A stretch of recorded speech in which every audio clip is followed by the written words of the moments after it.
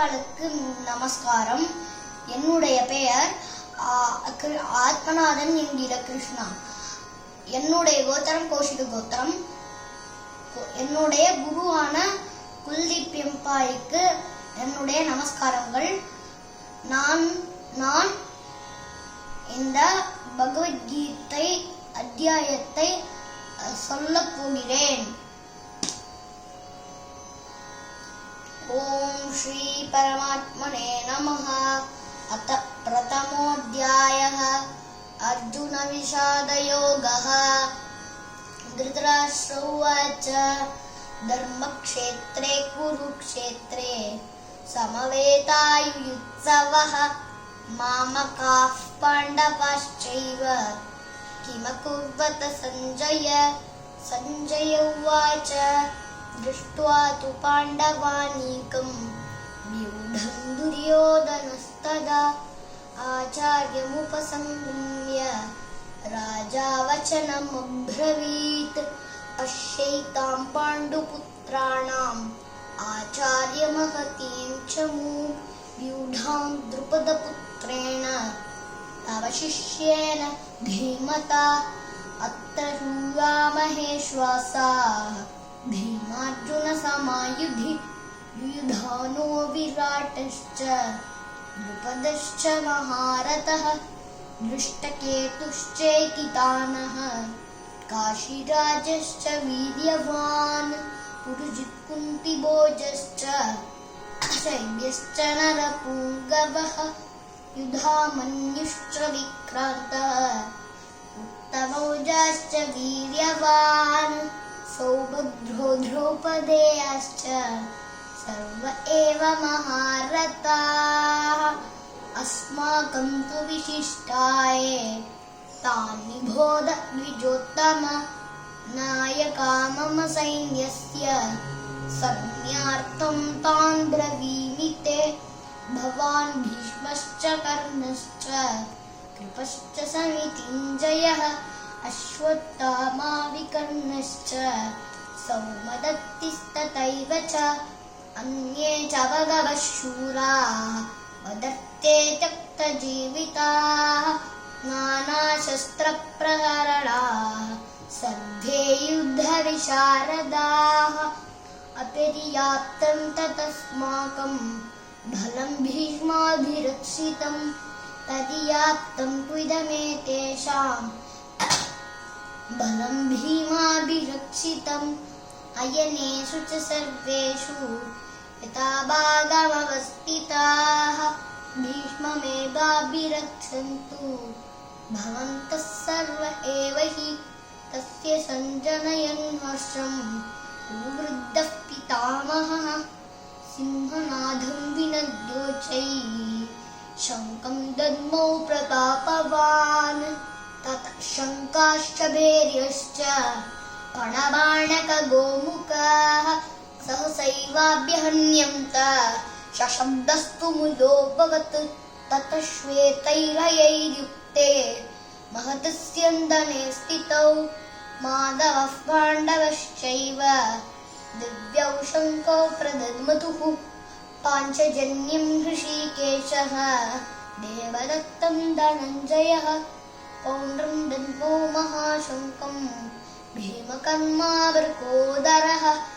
अनन्तविजयं राजा कुन्तीपुत्रो युधिष्ठिरः नकुलः सहदेवश्च उवाशमणिपुष्पकौ काश्यश्च परमेश्वासः शिखण्डी च महारथः दृष्टद्युम्नो विराटश्च सात्यकिश्च पराजितः द्रुपदो द्रौपदेयाश्च सर्वशः पृथिवीपते. सौभद्रश्च महाबाहुः शङ्खान् दद्मुः पृथक् पृथक्. सघोषोधार्तराष्ट्राणां हृदयान्युद्य धारयत्. नभश्च पृथिवीं चैव व्यनुनादयन्. अथ व्यवस्थितान् दृष्ट्वा धार्तराष्ट्रान् कपिध्वजः प्रवृत्ते शस्त्रसम्पाते धनुरुद्धं य पाण्डवः ऋषिकेशं तदा वाक्यम् इदमाह महीपते। अर्जुन उवाच सेनयोरुभयोर्मध्ये रथं स्थापयमेच्युत यावदेतान्निरीक्षेऽहं योद्धुकामानवस्थितान्। कैर्मया सह योर्दव्यम् अस्मिन् रणसमुद्यमे योत्स्यमानानवेक्षेऽहं ययेतेऽत्र समागताः। धार्तराष्ट्रस्य दुर्बुद्धेः युद्धे प्रियचिकीर्षवः। सञ्जय उवाच एवमुक्तो ऋषिकेशः गुडाकेशेन भारत सेनयोरुभयोर्मध्ये स्थापयित्वा रथोत्तमम् भीष्मद्रोणप्रमुखतः सर्वेषां च महीक्षितान् उवाच पार्थ पश्यैतान् समवेतान् कुरूनिति। तत्र पश्य स्थितान् पार्थः पितॄन् च पितामहान् आचार्यान् मातुलान् भ्रातॄन् पुत्रान् पौत्रान् सखींस्तथा श्वशुरान् सुहृदश्चैव सेनयोरुभयोरपि तान् समीक्ष्य स कौन्तेयः सर्वान् बन्धूनवस्थितान् कृपया परयारिष्टः विषीदन्विदमब्रवीत्।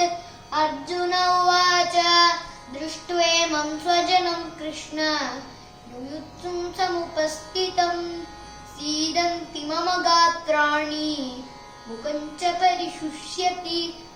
वेपतुश्च शरीरे मे रोमहर्षश्च जायते गाण्डीवं संसते हस्तात् त्वच्चैव परिदह्यते न च शक्नोऽप्यवस्थातुं भ्रमतीव च मे मनः। निमित्तानि च पश्यामि विपरीतानि केशव न च श्रेयानुपश्यामि हत्वा स्वजनमाहवे।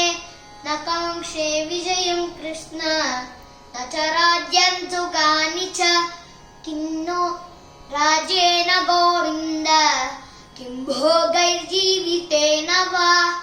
येषामर्थे काङ्क्षितन्नः राज्यं भोगा सुखानि च तैमेव स्थिता युद्धे प्राणान् त्यक्त्वा धनानि च।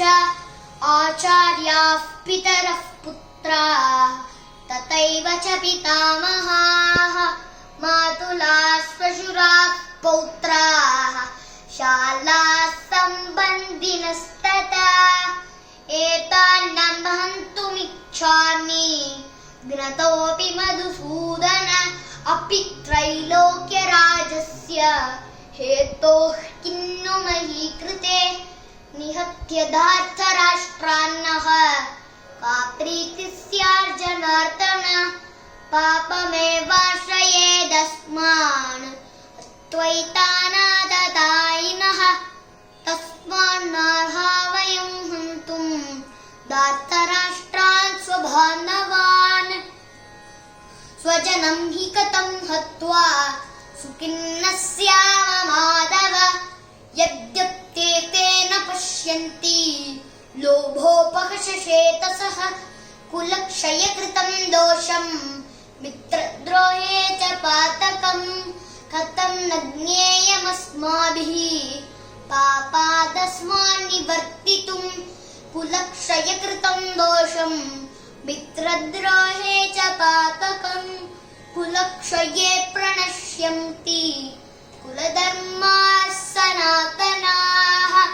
धर्मे नष्टे कुलं कृत्स्नम् अधर्मोऽभिभवत्युत। अधर्माभिभवात् कृष्ण प्रदुष्यन्ति कुलस्त्रियः। शिशु दुष्टाश्रुवास्नेय जायते वर्णसङ्करः। सङ्करो नरकायैव कुलज्ञानां कुलस्य च पतन्ति पितरो हेषां लुप्तपिण्डोदक्रियाः।